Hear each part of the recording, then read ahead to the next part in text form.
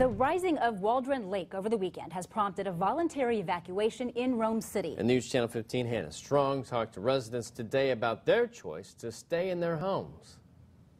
With all of the heavy rainfall this weekend, flooding has forced residents to evacuate around Waldrin Lake.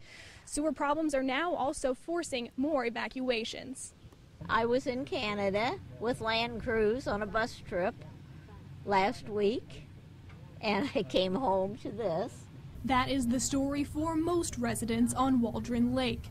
For many, this is a second home where they can relax during the summer.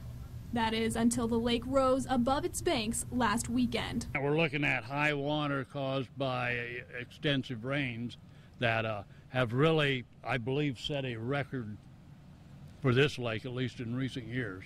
Until Saturday night, floodwater from the rising lake was the only concern for residents, and houses high enough off the ground were not flooded, even after the heavy rainfall. There was no water in my cottage now, but I have to walk through all that to get it. Some have raised up enough, this is a good example over here, that there's no water in the living space.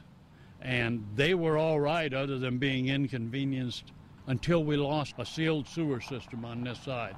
And then that affected all of the residents. So a place that was usable, suddenly you lost. When the sewer system failed, emergency managers set up a shelter where residents could stay, but no one showed up. That shelter was closed last night, but remains set up to be used at a moment's notice.